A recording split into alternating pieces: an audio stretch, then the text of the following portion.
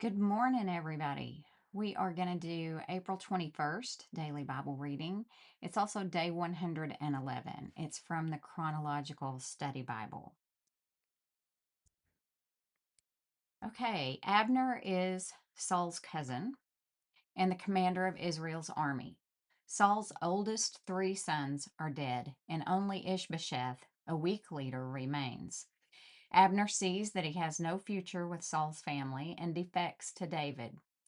He has known David since David killed Goliath. Perhaps Abner thought that he could become David's army commander. Unforgiveness looks for and seizes an opportunity to take revenge. Joab, David's current army commander, tricks and kills Abner, who had killed Joab's brother Asahel. Ishbosheth, left unprotected, is killed by two of his men while he is resting. Bad deeds marketed as good deeds often backfire.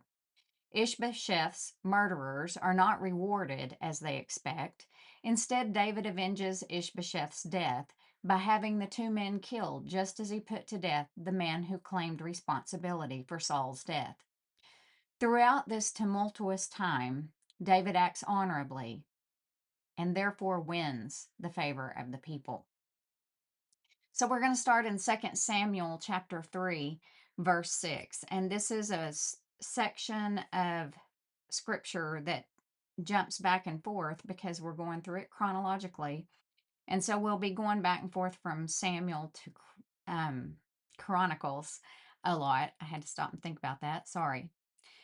As the war between the house of Saul and the house of David went on, Abner became a powerful leader among those loyal to Saul.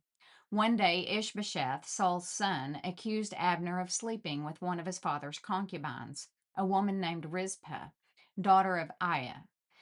Abner was furious. "Am I some Judean dog to be kicked around like this?" he shouted. "After all I've done for your father Saul and his family and friends by not handing you over to David, is this my reward? That you find fault with me about this woman?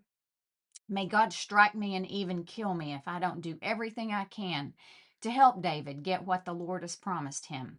I'm going to take Saul's kingdom and give it to David.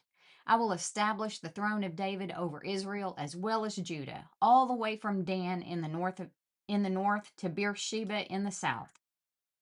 Ishbosheth didn't dare say another word because he was afraid of what Abner might do. Then Abner sent messengers to David, saying, "Doesn't the entire land belong to you? Make a solemn pact with me, and I will help turn over all of Israel to you." "All right," David replied, "but I will not negotiate with you unless you bring back my wife Michal, Saul's daughter, when you come." David then sent this message to Ishbosheth, Saul's son: "Give me back my wife, Michal, for I bought her with the lives of 100 Philistines." So Ishbosheth took Michal away from her husband Palti, son of Laish. Palti followed along behind her as far as Bahurim, weeping as he went. Then Abner told him, "Go back home." So Palti returned. Meanwhile, Abner had consulted with the elders of Israel. For some time now, he told them, "You have wanted to make David your king. Now is the time. For the Lord has said, I have chosen David to save my people Israel from the hands of the Philistines and from all other enemies." Abner also spoke with the men of Benjamin. Then he went to Hebron to tell David that all the people of Israel and Benjamin had agreed to support him.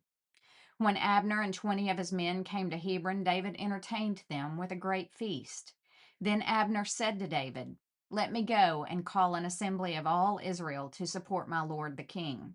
They will make a covenant with you to make you their king, and you will rule over everything your heart desires." So David sent Abner safely on his way. But just after David had sent Abner away in safety, Joab and some of David's troops returned from a raid, bringing much plunder with them. When Joab arrived, he was told that Abner had just been there visiting the king and had been sent away in safety. Joab rushed to the king and demanded, "What have you done? What do you mean by letting Abner get away? You know perfectly well that he came to spy on you and find out everything you're doing." Joab then left David and sent messengers to catch up with Abner. asking him to return. They found him at the well of Sirah and brought him back, though David knew nothing about it. When Abner arrived back at Hebron, Joab took him aside at the gateway as if to speak with him privately. But then he stabbed Abner in the stomach and killed him in revenge for killing his brother Asahel. When David heard about it, he declared, I vow by the Lord that I and my kingdom are forever innocent of this crime against Abner, son of Ner. Joab and his family are the guilty ones. May the family of Joab be cursed in every generation with a man who has open sores or leprosy, or who walks on crutches, or dies by the sword, or begs for food. So Joab and his brother Abishai killed Abner because Abner had killed their brother Asahel at the battle of Gibeon. Then David said to Joab and all those who were with him, Tear your clothes and put on burlap. Mourn for Abner. And King David himself walked behind the procession to the grave. They buried Abner in Hebron, and the king and all the people wept at his graveside. Then the king sang this funeral song for Abner. Should Abner have died as fools die? Your hands were not bound, your feet were not chained. No, you were murdered, the victim of a wicked plot. All the people wept again for Abner. David had refused to eat anything on the day of the funeral, and now everyone begged him to eat. But David had made a vow, saying, May God strike me and even kill me if I eat anything before sundown. This pleased the people very much. In fact, everything the king did pleased them.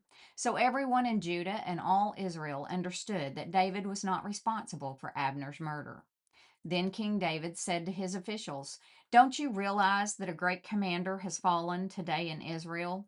And even though I am the anointed king, these two sons of Zeruiah, Joab and Abishai, are too strong for me to control. So may the Lord repay these evil men for their evil deeds. When Ishbosheth, Saul's son, heard about Abner's death at Hebron, he lost all courage, and all Israel became paralyzed with fear. Now there were two brothers, Baanah and Rechab, who were captains of Ishbosheth's raiding parties. They were sons of Rimmon, a member of the tribe of Benjamin, who lived in Beeroth. The town of Beeroth is now part of Benjamin's territory because the original people of Beeroth fled to Gittaim, where they still live as foreigners. One day, Rechab and Baanah, the sons of Rimmon from Beeroth, went to Ishbosheth's house around noon as he was taking his midday rest. The doorkeeper, who had been sifting wheat, became drowsy and fell asleep. So Rechab and Baanah slipped past her. They went into the house and found Ishbosheth sleeping on his bed. They struck and killed him and cut off his head. Then, taking his head with them, they fled across the Jordan Valley through the night. When they arrived at Hebron, they presented Ishbosheth's head to David. Look, they exclaimed to the king, here is the head of Ishbosheth, the son of your enemy Saul, who tried to kill you. Today the Lord has given my lord, the king, revenge on Saul and his entire army. But David said to Rechab and Baanah, The Lord, who saves me from all my enemies, is my witness. Someone once told me Saul is dead, thinking he was bringing me good news. But I seized him and killed him at Ziklag. That's the reward I gave him for his news. How much more should I reward evil men who have killed an innocent man in his own house and on his own bed? Shouldn't I hold you responsible for his blood and rid the earth of you? So David ordered his young men to kill them, and they did. They cut off their hands and feet and hung their bodies beside the pool in Hebron. Then they took Ishbosheth's head and buried it in Abner's tomb in Hebron. And that concludes the April 21st daily Bible reading. Thanks for joining in.